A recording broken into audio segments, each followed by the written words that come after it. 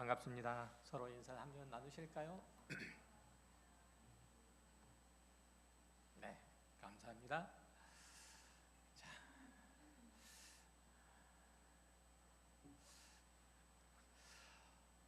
말씀 함께 나누도록 하겠습니다. 예수님의 시체가 사라졌다는 소식을 듣고 무덤에 와서 예수님의 눕히셨던 곳을 확인한 베드로와 요한은 별다른 반응이 없이 각자의 집으로 돌아가고 말죠. 예수님이 시신이 없어진 것은 분명히 큰 일들이지만 거기에서 자신들이 할 수 있는 일들이 별로 없다고 생각했기 때문이죠. 하지만 막달라 마리아는 아직 무덤 곁에 서서 슬피 울고 있는 거죠. 당시 중동 지방에서 시체가 훼손되거나 유린되거나 사라지는 일들은 굉장히 충격적인 일이었기 때문에 마리아는 거기에서 떠날 수가 없었던 거죠. 왜 마리아가 새벽 동트기 전에 예수님의 무덤에 찾아갔는지 알 수 없지만 그녀가 예수님의 시신이 사라진 것을 보고 놀라서 운 것은 아마도 주님께서 부활하시리라 라고 기대하지 않았을 것이기 때문입니다. 사실 주님은 이전에도 여러 차례 당신의 고난과 죽으심과 부활을 말씀하셨고 또 마리아의 오빠 나사로를 살리셨죠. 나사로가 다시 살아서 무덤에서 나오는 것을 직접 본 마리아가 예수님의 시신이 사라진 것을 보고 그가 다시 사신 것을 생각하지 못하고 오는 게 우리로서는 참 이상한 일이에요. 그렇지 않습니까? 마리아의 이런 행동이 예수님에 대한 사랑이 대단하구나, 주를 향한 마음들이 참 끔찍히도 위하는구나 라는 생각을 혹시 하셨나요? 아무런 생각이 없으신가요? 그렇다면 왜 그녀는 그 꼭두 새벽에 무덤에 갔을까요? 예수님의 시선이 그대로 있고 무덤 문도 제대로 닫혀 있는 것을 확인하러 갔을까요? 흔히 기독교는 빈 무덤을 자랑하는 종교라고 말해요. 그때 며칠 전에 일제 때 빼앗긴 석가모니의 진신사리가 보스턴 미술관에 있던 게 이제 우리나라로 반환됐다는 그런 소식이 전해졌습니다. 진신사리라고 하는 것은 어떤 승려의 시신을 화장하고 남은 잔해를 가리켜 진신사리라고 얘기를 해요. 다시 말해서 석가모니의 유골의 일부가 돌아온 셈인데, 불교만 하더라도 그들이 신으로 추앙하는 인물의 시신의 일부를 마치 보물처럼 여기죠. 하지만 마리아의 바람대로 만약 예수님의 시신이 그대로 그 무덤에 안치되어 있었다면 기독교는 어떻게 됐을까요? 기독교는 없는 거죠. 다시 말해서 지금 마리아는 울고 있을 때가 아니고 예수님의 시신이 없어진 것을 보고 울고 있을 때가 아니고 오히려 감사하며 기뻐하며 뛰며 즐거워하며 노래해야 맞아요. 마태복음 28장 5절 이하에 보면 예수님께서 평소에도 당신의 죽으심과 부활에 대해서 여러 번 예고했음을 알 수 있어요. 이렇게 되어 있거든요. 천사가 여자들에게 말하여 이르되 너희는 무서워하지 말라. 십자가에 못 박히신 예수를 너희가 찾은 줄을 내가 아노라. 그가 여기 계시지 않고 그가 말씀하시던 대로 살아나셨느니라. 와서 그가 누우셨던 것을 보라. 그가 여기 계시지 않고 그가 말씀하시던 대로 살아나셨느니라. 이렇게 얘기하고 있거든요.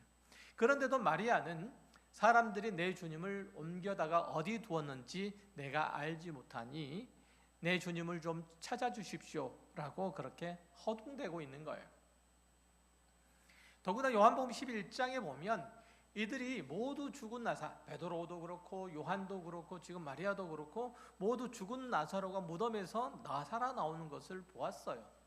이전에 제가 설명했듯이 특히 마리아는 죽음의 주님이 부활이여 생명이신 것을 고백까지 했던 거예요. 하지만 지금 와서 보니까 그것을 믿음의 내용으로 가지고 있지는 못하다는 것을 우리는 확인할 수 있죠. 주님께서 처음부터 이 일을 위하여 이 땅에 오셨음을 말씀하셨음에도 불구하고 이것은 그들에게 있어서는 중요한 문제는 아니었던 거예요. 예수님께서 죽으신 것과 그리고 사흘 만에 부활하신 것, 이게 그들에게는 중요한 일이 아니었다는 거예요. 마태복음 26장 26절 보면 이렇게 되어 있어요. 이때로부터 예수 그리스도께서 자기가 예루살렘에 올라가 장로들과 대제사장들과 서기관들에게 많은 고난을 받고 죽임을 당하고 제3일에 살아나야 할 것을 제자들에게 비로소 나타내시니, 이렇게 얘기하고 있잖아요. 그러니까 이전에도 예수님께서 이제 십자가에 죽으시고 그리고 사흘 만에 살아나야 하실 거라는 사실, 그 사실을 누누이 말씀하셨다는 얘기예요. 이 구절, 그러니까 주님께서 다시 사실 것이라는 그 예고는 어느 구절 다음에 나오냐면 주는 그리스도시요 살아계신 하나님의 아들입니다라는 베드로의 신앙 고백을 듣고 난 다음에 예수님께서 하신 말씀이에요. 다시 말하면 예수님께서 살아계신 하나님의 아들이심을 확인해 주는 가장 큰 증거, 예수님께서 하나님께로부터 오셨다는 가장 큰 증거가 바로 그의 죽으심과 그의 고난과 죽으심과 부활이라는 거예요. 이렇게 그의 죽으심과 다시 사심, 부활로서만 그가 하나님의 나라를 활짝 여실 수 있음을 이미 여러 차례 말씀하셨음에도 불구하고 마리아를 포함해서 제자들은 그 일에 크게 관심이 없었던 거죠. 이들은 예수님을 크게 사랑하고 또 친밀하게 지냈고 또 그분을 신뢰했고 그분과 늘 함께했던 그런 인물들이었어요. 그럼에도 불구하고 이들이 예수님의 부활을 보고도 그 사건을 제대로 이해하지 못하고 시큰둥한 반응을 보이거나 심지어 예수님의 시신이 없다고 울고 있는 거죠. 우리는 안 그럴 것 같지만 사람은 다 보고 싶은 대로 보고 믿고 싶은 대로 믿어요. 우리는 하나님으로부터 부름을 받고 지금까지 수년 혹은 수십 년 동안 믿음 생활을 해왔어요. 하지만 그 부르심의 목적을 진지하게 생각하는 적이 몇 번이나 있는지, 또 언제부터 그 일들을 해왔는지 생각을 해보면 그렇게 썩 자신 있는 대답을 하지 못하실 거야. 아직 순종하는 믿음이 약하며 헌신적으로도 충성하지 못하고 있어요. 한편으로는 우리의 완악함과 게으름 때문이기도 하지만 다른 한편으로는 하나님의 은혜로우신 개입, 간섭하심, 이런 것들이 없이 우리가 하나님의 자녀로서 하나님께 대한, 주께 대한 온전한 믿음을 갖는다는 것, 그것 불가능하기 때문에 그런 거예요. 제자들에게 주님께 대한 확실한 믿음과 능력이 나타난 것, 그 언제냐면 오순절에 성령 하나님께서 그들에게 임하고 난 이후부터예요. 모든 성도는 아버지와 독생자와 성령으로 인하여서만 하나님의 나라의 백성다운 길을 걸어갈 수 있어요. 하나님의 나라의 백성다운 믿음을 소유할 수 있어요. 이 세상 가운데서 구별된 하나님의 자녀인 것을 자신의 삶을 통해서 증언할 수 있어요. 그리스도의 완전한 구속 사역, 구원 사역으로만 하나님의 백성다운 삶을 살아갈 수 있다는 뜻이에요. 그러니까 마리아는 지금 아직까지는 빈 무덤을 보고 우는 처지란 얘기죠. 그래서 오늘 본문 17절에 내가 내 아버지 곧 너희 아버지, 내 하나님 곧 너희 하나님께로 올라간다라는 말씀에서 나타난 것처럼 주님께서 속죄의 양으로서 아직 아버지 하나님께 다 드림이 되지 못했기 때문에 성령께서 그들을 일깨우시기 전이기 때문에 그런 일들이 일어나는 거예요. 이 부분에 대해서는 자세히 다음 주에 말씀을 드릴게요. 그러니까 지금 주님께서는 속죄의 양으로서 온전히 하나님께 다 올라가지 않으셨기 때문에, 즉 다시 말해서 보혜사 성령께서 제자들에게, 마리아에게, 그리고 우리에게 아직 오시지 않는 그때이기 때문에 지금 마리아는 아직까지 주를 향한, 예수 그리스도를 향한 온전한 믿음의 고백들을 하지 못하고 있는 셈이에요. 아무튼 울면서 무덤을 들여다본 이 마리아 뒤쪽에 어디선가 예수님께서 나타나셔서 여자여 어찌하여 울며 누구를 찾느냐라는 질문을 하시죠. 물론 이 질문은 마리아의 답변을 듣고자 해서 말씀하신 것이 아니에요. 마리아에게, 그리고 예수를 믿는 모든 자에게 어떤 주님을 찾고 있는지, 예수를 믿어서 어떤 유익을 얻고자 하는지 그렇게 반문하신 거죠. 깨우치시고자 주신 말씀이에요. 그때까지는 우리가 어떤 주님을 찾고 있는지, 어떤 주님이 내게 계셨으면 좋겠는지, 내가 어떤 주님을 따라가는지에 대한 분명한 이해와 믿음과 또 신앙의 고백이 있지 않는 한 우리는 부활하신 예수 그리스도를 보지 못할 것이며 그에 대한 온전한 믿음 역시 갖지 못할 거예요. 오늘 본문에 기록되었듯이 예수님이 그분의 아버지, 곧 우리 아버지께 올라가셔야, 또한 아버지께서 우리에게 찾아오셔야만 우리가 그 아버지의 아들됨을 누릴 수 있다고 얘기를 해요. 그 전까지는 우리는 하나님의 음성을 듣지 못할 것이고 그 말씀의 요구에 응하지 못할 것이에요. 예수님께서 마리아를 찾으셨을 때 그녀는 무엇이 있을까 해서 빈 무덤을 들여다보던 그런 자였어요. 그런 어리석은 마리아에게, 그런 제자들에게 주님께서 찾아오셔서 그들을 하나님의 백성으로 부르시는 일들을 해 가시는 거예요. 물론 마리아는 그보다 훨씬 이전에 구원을 얻었을 터예요. 하지만 그 믿음은 온전한 것이 아니었죠. 예수님의 순환과 죽으심과 부활 그리고 승천을 한 선상에 놓고 그 일들을 통해서 그가 자기를 구원하신 이시며 장차 영원한 승리를, 영광을 베풀어 주실 하늘의 하나님이신 것을 확실히 자각하지는 못했다는 뜻이에요. 여러분들이 예수 그리스도의 죽으심과 그리고 고난과 죽으심과 그 부활을 자신의 것으로 받아들이며 또한 인정하고 고백하고 그 부활과 함께 살지 않으면 결단코 여러분 역시 장차 승리와 영광을 베풀어 주실 하나님의 자녀인 것을 고백하는 자로서 온전히 살아갈 수가 없는 거예요.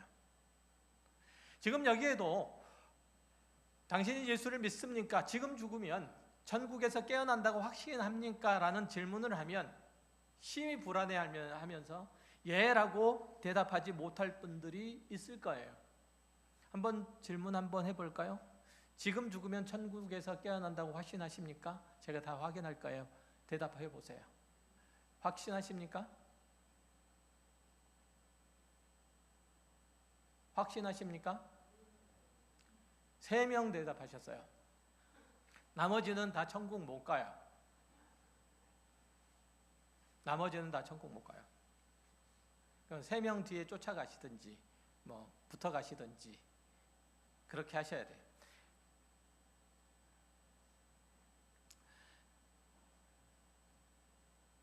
방금 대답하지 못하셨다고 해서 여러분이 구원을 얻지 못했다라고 단정할 수 없어요. 다시 말해서 구원의 확신이 여러분을 천국으로 인도하는 것은 아니라는 뜻이에요. 그보다 더 중요한 것은 하나님께서 여러분을 부르셔서 왜 우느냐, 누구를 찾으시냐 물으시고 여러분의 손을 붙잡고 그 보좌 앞으로 인도한다는 사실이 여러분을 천국으로 인도하는 거예요. 그 하나님의 손에 이끌려서 여러분은 이 자리에 오신 것이고 여러분의 신앙의 여정을 걸어가고 있는 것이고 끝내 승리할 거예요. 그런 사실은 구약에서 이미 약속하고 있는 바이기도 해요. 여러분의 어떤 상황과 형편 가운데서 하나님께서 찾아오셨고 그 하나님이 여러분을 찾아오셔서 어떤 일들을 행하셨고 장차 어떻게 여러분을 완성하실지, 어떻게 여러분의 종국을 이끌어내실지 말하고 있다는 얘기예요. 이사야서 61장을 보면 이렇게 되어 있어요. 여호와의 영이 내게 내리셨으니 이는 여호와께서 내게 기름을 부으사 가난한 자에게 아름다운 소식을 전하게 하려 함이라. 나를 보내사 마음이 상한 자를 고치며 포로된 자에게 자유를, 갇힌 자에게 노임을 선포하며 하나님 여호와의 은혜의 해와 우리 하나님의 보복의 날을 선포하여 모든 슬픈 자를 위로하되 무릇 시온에서 슬퍼하는 자에게 화관을 주어 그 죄를 대신하여 기쁨으로 그 슬픔을 대신하며 찬송의 옷으로 그 근심을 대신하시고 그들이 의의 나무 곧 여호와께서 심으신 그 영광을 나타낼 자라 일컬음을 받게 하려 하심이라.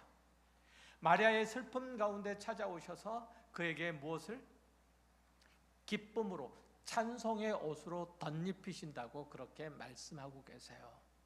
우리의 아픔 가운데, 우리의 연약한 처지 가운데, 우리의 죄인된 가운데 찾아오셔서 기꺼이 우리에게 화관을 씌워주시며 제 대신 기쁨으로 그 기쁨의 기름으로 우리에게 부어주신다고 그렇게 말씀하고 계세요.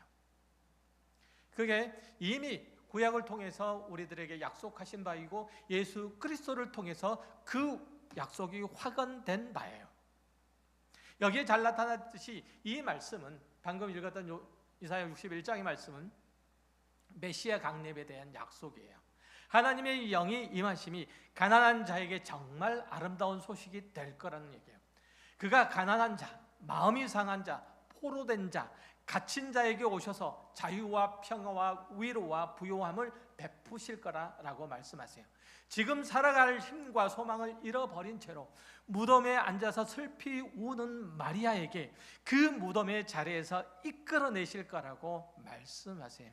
그의 삶의 형편 가운데서 그가 소망하던, 지금 소망하던 것들이 당장에 사라져서 낙심하고 있는 이 마리아에게 손을 붙잡아 이끌어내실 거라는 얘기예요. 그 어둠과 절망의 동산에서 빛과 소망의 동산으로 인도하실 거라고 주님께서 말씀하신단 말이죠. 지금 마리아가 후늦게 우는 것은 그 마음이 가난하고 상했기 때문이에요. 죽음 앞에서 아무것도 할 수 없는 무력한 자신을 보았기 때문이죠. 사망에 갇힌 이를 위해서 할 수 있는 것은 아무것도 없기 때문에 그렇죠. 그가 슬퍼할 수밖에 없는 것은 아무리 사랑했고 존경했고 소중히 여겼던 자라도 그 죽음에서 지켜낼 수 없다는 절망감, 그 무력함이 그의 눈물을 흘리게 할 수밖에 없었던 거예요. 사망은 그 둘 사이를 갈라놓을 수밖에 없기 때문에 그런 거죠. 아무리 큰 권세를 가지고 세상을 뒤흔드는 사람이라도, 아무리 큰 능력을 가지고 세상을 쥐락펴락하는 사람이라도 사망에게 호통을 치고 무릎을 꿇릴 수 없기 때문에 그 무력감으로 울 수밖에 없는 거예요. 다만 시신이라도 붙들고 통곡할 수밖에 없는 거죠. 바로 그 절망의 자리에, 그 죽음의 자리에 주님께서 찾아오신 거예요. 절망을 넘어서는 소망의 창조자로서 죽음을 이기는 생명이 있음을 선포하러 오신 분이 주님이시라는 얘기예요. 죽음이 슬픔으로 끝나지 않도록 하는 것이 그래서 복음이고, 가난하고 상한 마음이 끝내 자포자기로 무너지지 않도록 하는 것이 그리스도 예수의 십자가예요. 사실 안 믿는 사람과 비교를 해볼 때 예수를 믿는 사람으로서 우리의 모습이 별로 다를 게 없어요. 성경의 가르침을 따라서 우리의 삶과 신앙이 새롭게 세워지지 못했기 때문에 그런 탓이라고 여겨져요. 그래서 오늘날의 한국교회 많은 성도들에게 믿지 않는 사람들이 저 사람은 우리와 달라라고 말할 내용이 없는 거죠. 거기에 슬퍼해요. 굳이 찾으라고 한다면 그 정도예요. 장례식장에 갔더니 저 사람들 장례식장은 초상집 같지 않다 정도예요. 예수를 믿는 집에서는 초상이 나도 우는 게 없죠. 그날에 안 믿는 사람들과 달리 예수를 믿는 사람은 예배하며 찬송해요. 기뻐해요. 물론 그 위에는 나은 게 없다는 게 슬픈 일이지만 그럼에도 불구하고 참 다행이다 싶어요. 요한계시록 7장 15절 이하에 보면 마침내 하나님께서 우리에게 주실 것들에 대해서 약속하신 내용이 나타나 있어요. 읽어드릴게요. 그러므로 그들이 하나님의 보좌 앞에 있고 또 그의 성전에서 밤낮 하나님을 섬기매 보좌에 앉으신 이가 그들 위에 장막을 치시리니 그들이 다시는 줄이지도 아니하며 목마르지도 아니하고 해나 아무 뜨거운 기운에 상하지도 아니하리니 이는 보좌 가운데 계신 어린 양이 그들의 목자가 되사 생명수 샘으로 인도하시고 하나님께서 그들의 눈에서 모든 눈물을 씻어 주실 것입니다. 하나님께서 마리아의 눈에 눈물을 씻어 주실 것이라 그렇게 말씀하세요. 하나님께서 우리의 절망을 없애 주실 것이라, 시신을 앞에 두고 혹은 사라진 시신을 두고 우는 일이 없도록 하실 것이라 이렇게 말씀하신다는 얘기예요. 기독교는 우리의 현실의 필요만을 채워주는 종교가 아니에요. 하나님은 우리의 건강을 살피시는 의사도, 우리의 재정을 담당하시는 자문 역할도, 우리의 뒷배가 되어주시는 그 권력자도 아니세요. 하나님은 우리를 두리지도 않고 목마르지도 않고 상하지도 않고 울며 슬퍼할 일도 없게 하신다는 것은, 하나님께서 그렇게 하시는 분이신 것은 사실이에요. 그렇지만 그렇게 하신다는 것은 그 모든 것의 원인이 되는 죄와 사망이 결국 결박이 되고 그것들이 세력을 행사할 수 없도록 하신다는 그런 의미예요. 지금까지 우리를 물고 늘어졌던 악한 것들이 우리의 운명이 되어서, 끝끝내 우리의 운명이 되어서 우리의 결국을 만들어낼 수 없도록 하나님께서 우리를 지키실 뿐더러 끝내 그것을 무저갱에 던져 넣으실 것이라고 그렇게 선포하고 계세요. 지금은 예수를 믿는다고 별로 좋을 게 없어 보여요. 아니, 어리석고 모자란 일이라고 여겨질 수 있죠. 그렇잖아요. 저 사람들은 왜 일요일날 교회가 나설 데 없이, 예수를 믿으면 출근 안 해도 월급 통장에 꼬박꼬박 생활비가 꽂히는 것도 아니고, 한겨울에 반바지를 입고 돌아다녀도 감기 안 걸리는 것도 아니고, 공부 안 하고 시험지만 보면 시험지에 다 정답이 보이고 이런 것 아니잖아요. 하지만 우리 안에 그리스도 예수의 죽으심과 부활로 인한 승리와 생명이, 그 영광이 우리 안에 심겨지는 거예요. 하나님의 거룩이 우리 안에 깃드는 거예요. 온갖 죄로 이끌던 우리의 마음의 탐욕과 시기와 악독이 보이기 시작하고, 또 그것들이 부끄러워지고 버리고 싶은 생각이 들고 이기고 싶은 생각이 들고, 또 그것에 밀리지 않아야 되겠다, 끌려가지 않아야 되겠다라는 그런 소망이 생기는 거예요. 예수를 믿으면서 우리가 경험하는 놀라운 점은 죄에 대한 감각이 예민해지는 거예요. 하나님에 대한 의식이 생기기 시작하는 거예요. 그것을 저지르면, 죄를 저지르면 부끄럽고 마음도 무거워지는 거예요. 내가 이 땅을 살아갈 뿐만 아니라 하나님께서 나를 위하여 예비하신 영원한 나라가 있다는 것을 의식하고 그 나라를 위해서 조금씩 준비하는 거예요. 그래서 예수를 믿으면 오래 믿을수록 더 좌절하고 아파하는 것들이 많아져요. 우리의 죄가 의식되기 때문이고, 우리의 연약함들이 아파지기 때문에 그래요. 바로 이러한 것들을 우리 안에서 이루시려고 예수께서 이 땅에 오셨어요. 우리 안에 죄에 대한 감각이 살아있도록 하시기 위해서 예수께서 이 땅에 오셨다는 거예요. 우리를 위해서 우리의 죄를 대신해서 십자가에 오르셨고, 속죄의 제물로서 하나님께 들음이 되셨어요. 그렇게 하나님께 올라가셔야, 아니 올려주셔야 우리가 마음을 입을 수 있는 거예요. 그래서 마리아가 주의 몸에 손을 댔을 때 나를 붙들지 말라, 내가 아직 아버지께 올라가지 아니하였노라 라고 하신 거예요. 하나님께서 우리가 죄 지은 대로 우리의 인생을 끝내지 않으시려고 우리 가운데 오셨고 십자가 위에 죽으셨고 다시 사신 거예요. 그런데 우리는 빈 무덤을 보고 우는 거예요. 부활하신 주님을 보고도 메시아 노릇을 안 하려는 주님께 난 더 바랄 게 없어라고 몸을 돌려 자기 길로 가고 마는 거예요. 지금 내 요구를 들어주지 않는 하나님은 내 주님이 아니다 라고 그런 자세로 버티고 있는 거예요. 지금 여러분이 그렇게 버티고 있진 않은지요? 지금 내 요구, 지금 내 필요를 들어주지 않는 하나님은 내 주님이 아니야, 내가 결단코 따를 수 없어 라고요. 빈 무덤을 보고 우는 마리아에게 여자여 어찌하여 우느냐라고 책망하시고 위로하시는 주님의 목소리를 들으세요.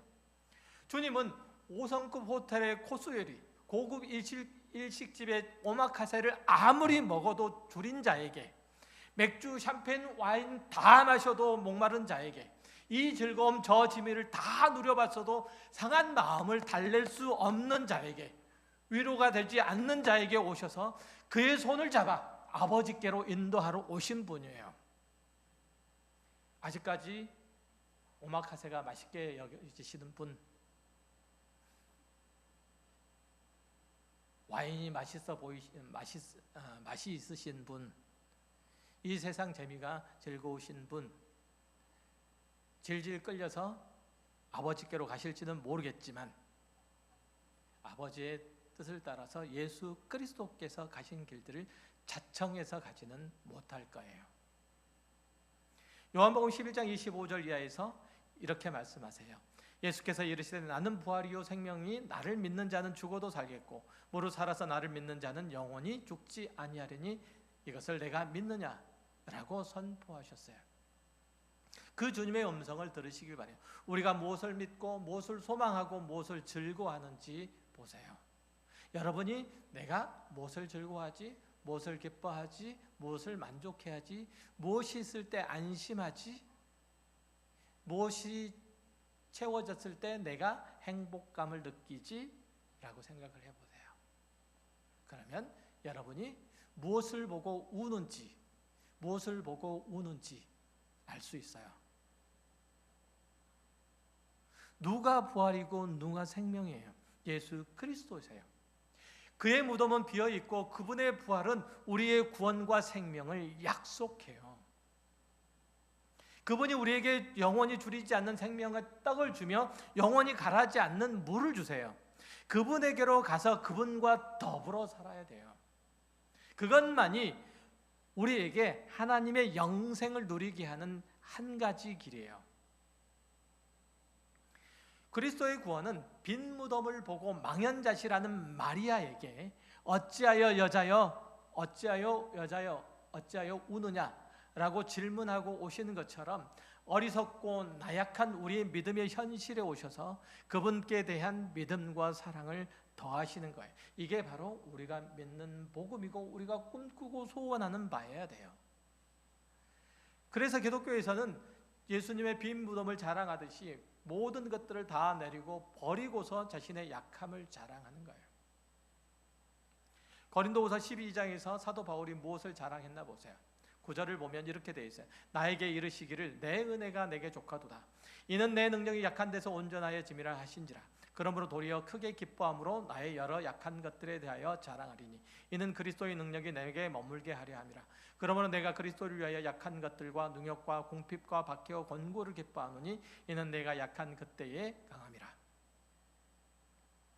사도 바울이 주목하는 바는 우리가 약할 때 오히려 온전해지고 강해지고 부요해지고 영광스러워진다는 점이에요. 마리아가 아무것도 모르고 낙심하고 울고 있을 때 주님이 그를 찾아오신 것처럼 우리가 도무지 의지할 곳이 없어서 골방에서 무릎을 꿇을 때 주님께서 우리에게 오시는 거예요. 세상에 무엇을 진다고 할지라도, 내가 세상에 무엇을 얻는다고 할지라도 그것으로 내 위로와 내 기쁨과 내 만족과 내 배부름이 될 수 없기에 내가 골방에 와서 무릎을 꿇습니다 하는 이에게 주님께서 오세요. 그리고 말씀하세요.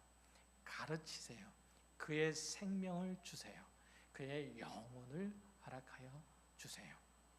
하나님의 나라의 복스러움을 맛보게 해주세요. 하나님께서 어떤 분이시며 그가 우리에게 행한 것, 그 골방에 앉은 자신에게 무엇을 이루고 계시는지 보여주세요. 그런 자에게 오셔서 기도를 들으세요.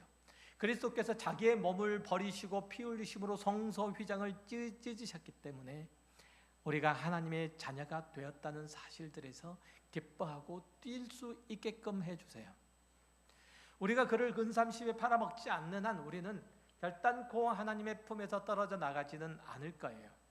하지만 우리가 자기를 의지하려고, 자기를 자랑하려고 예수 그리스도의 십자가를 무기력하고 부끄럽게 여기면 주님께서도 우리를 부끄럽게 여기실 거예요. 십자가의 그 은혜와 그 사랑과 그 능력이 무기력하다고 여기면 여러분의 그리스도인으로서 삶도 무기력해질 겁니다. 하지만 십자가의 그 능력만이 나를 바로 세우며 온전케 하며 하나님의 자녀답게 한다는 그런 굳건한 믿음이 있으면 여러분의 삶의 어떤 형편과 상황 가운데서도 하나님께서 함께 하실 것이고 그리스도의 십자가의 그 승리를 여러분에게 주실 거예요. 주님은 마리아를 비롯해서 제자들과 우리 모두를 위해서 죽으셨지만 그 죽으심의 의미와 가치와 그 능력을 깨닫지 못하는 자, 불행할 수밖에 없는 거예요. 여러분은 예수님이 누구세요? 선생님이십니까? 아니면 선지자이십니까? 아니면 종교 지도자이십니까? 여러분의 삶의 주인이십니까? 왕이십니까? 하나님이십니까? 이제 부활하신 주님께서는 제자들을 일깨우시는 일들을 할 거예요. 그렇게 하실 거예요. 돌이켜서 마리아가 내가 주를 보았다라고 그렇게 고백하듯이 우리 각자도 내가 주를 보았다, 내가 주를 섬기노라, 내가 예수를 사랑하노라, 내가 하나님의 자녀인 것이 넘치는 자랑이요 빼앗길 수 없는 영광이노라 라고 고백해 하실 거예요. 이 세상에는 굉장히 많은 성도들이 있고 이 자리에도 모여 있지만 하나님은 여러분 각자를 사랑하세요. 여러분 한 사람 한 사람을 최고로 사랑하세요. 여러분 이 세상에서 예수를 믿는 사람이 여러분 한 사람뿐이라 할지라도 하나님께서는 예수를 여러분에게 주셨을 거예요. 여러분 한 사람을 위해서라도 예수 그리스도를 십자가에 못 박으셨을 거예요. 열 손가락을 깨물어서 안 아픈 손가락이 없지만 유난히 더 아픈 손가락이 있듯이, 그렇죠? 유난히 더 아픈 손가락이 있듯이 육신의 부모가 자녀를 사랑하지만 다 똑같을 수는 없어요. 하지만 하나님은 우리를 사랑하시되 여러분 한 분을 위해서라도 그 아들을 주실 만큼 여러분을 최고로 사랑하세요. 하나님의 전능하심이에요. 요한복음 10장 3절 이하를 보면 주님께서 우리를 어떻게 부르시는지, 어떻게 길러내시는지 알 수 있어요. 이렇게 되어 있어요. 문지기는 그를 위하여 문을 열고 양은 그의 음성을 듣나니 그가 자기 양의 이름을 각각 불러 인도하여 내느니라. 자기 양을 다 놓은 후에 앞서가면 양들이 그의 음성을 아는 고로 따라오되, 그리스도께서 당신의 살과 피를 속전으로 치르시고 우리를 구원하셨지만 그렇다고 여기서부터 내가 여기까지 다 구원하겠다라고 마치 쇼핑하듯이 물건을 주워 담으신 것이 아니에요. 이것도 마음에 들고 저것도 마음에 들고 이렇게 담아내신 것이 아니에요. 우리 각자에게 찾아오셨어요. 여러분의 인생과 삶의 정한 가운데서 오셔서 설득하시고 바로잡으시고 믿음을 키워가세요. 그리고 또 물으세요. 여러분 각자에게, 여자여 어찌하여 우느냐? 이제 더 깊은 믿음으로 나아가고 또 영혼을 준비하기 위해서 이 세상 자원을 사용하실 줄 알아야 돼요. 하늘의 지혜를 얻기 위해서 더 많이 성경을 묵상하고 기도 자리로 나아갈 수 있어야 돼요. 다른 건 몰라도 예수 사랑은 포기할 수 없노라고 하는 것으로 내가 사랑하는 다른 것들을 접을 수 있어야 돼요. 하나씩 놓을 수 있어야 돼요. 여러분이 그 과정 가운데 있음을 깨닫고 고백해 하시려고 오늘 주님 이름으로 성찬을 나눴고 또 함께 예배 가운데 있는 거예요. 그 가운데 하나님의 은혜가 부어지는 거예요. 반복적으로 말씀드리는 거지만 이 성찬에 참여함으로 우리는 그리스도의 일부가 된 거예요. 다시 말씀드려요. 이 성찬에 참여함으로 여러분은 그리스도의 일부가 된 거예요. 여러분은 여러분의 것이 아니에요. 하나님의 것이에요. 하나님의 자녀이고 그리스도의 지체예요. 여러분은 이 세상에 살 때 세상 사람 중에 한 사람으로서 행동하고 생각하고 행동하고 발언을 하는 것이 아니라 예수 그리스도로서 생각하고 발언하고 살아가는 거예요. 여러분이 살아가는 것은 예수 그리스도가 살아가는 거예요.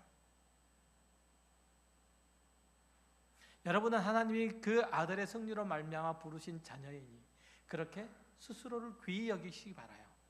포기하지 마시기 바라요. 그 믿음에 굳게 서서 어떠한 상황에서도 좌절하지 마시기 바라요. 물론 잘못한 것들을 회개하고 모자란 것들을 채우는 노력들은 있어야 돼요. 그렇지만 그럼에도 불구하고 하나님께서 여러분 각자를 최고 그리고 최선의 계획을 따라 부르시는 것을 아시기 마셔야 돼요. 그래서 여러분의 삶의 자리에서 여러분은 예수여야 해요. 여러분의 직장에서, 여러분의 일터에서, 여러분의 가정에서, 여러분이 교제하는 모든 사람들 앞에서 여러분은 예수의 입으로 말해야 돼요. 예수의 손으로 행동해야 돼요. 예수의 걸음으로 걸어가야 해요. 그 글은 십자가일 거예요. 고통스러우실 거예요. 아무도 알아주지 않을 거예요. 여러분의 가장 친한 친구도 가족도 알아주지 않을 거예요. 마치 베드로와 요한이 그리고 마리아가 예수님께서 죽으시고 사흘 만에 부활하셨음에도 그 빈 무덤을 보고 우는 것처럼 여러분이 영원한 하나님의 나라를 향해서 걸어가고 있는데 세상 사람들은 여러분의 껍데기를 보고 울 거예요. 그래도 좌절하지 마시기 바라요. 우리의 보상은, 우리의 상급은 이곳이 아니라 영원한 천국에 있어요. 그렇게 우리가 이 땅을 살아간다면 우리가 사랑하는, 우리가 기뻐하고 우리가 자랑하는 예수 그리스도의 삶을 내가 살아갈 수 있다면 그것보다 얼마만큼 더 영광스러운 일들이, 그것보다 얼만큼 더 자랑스러운 일들이 우리 안에 있겠습니까? 기도하겠습니다.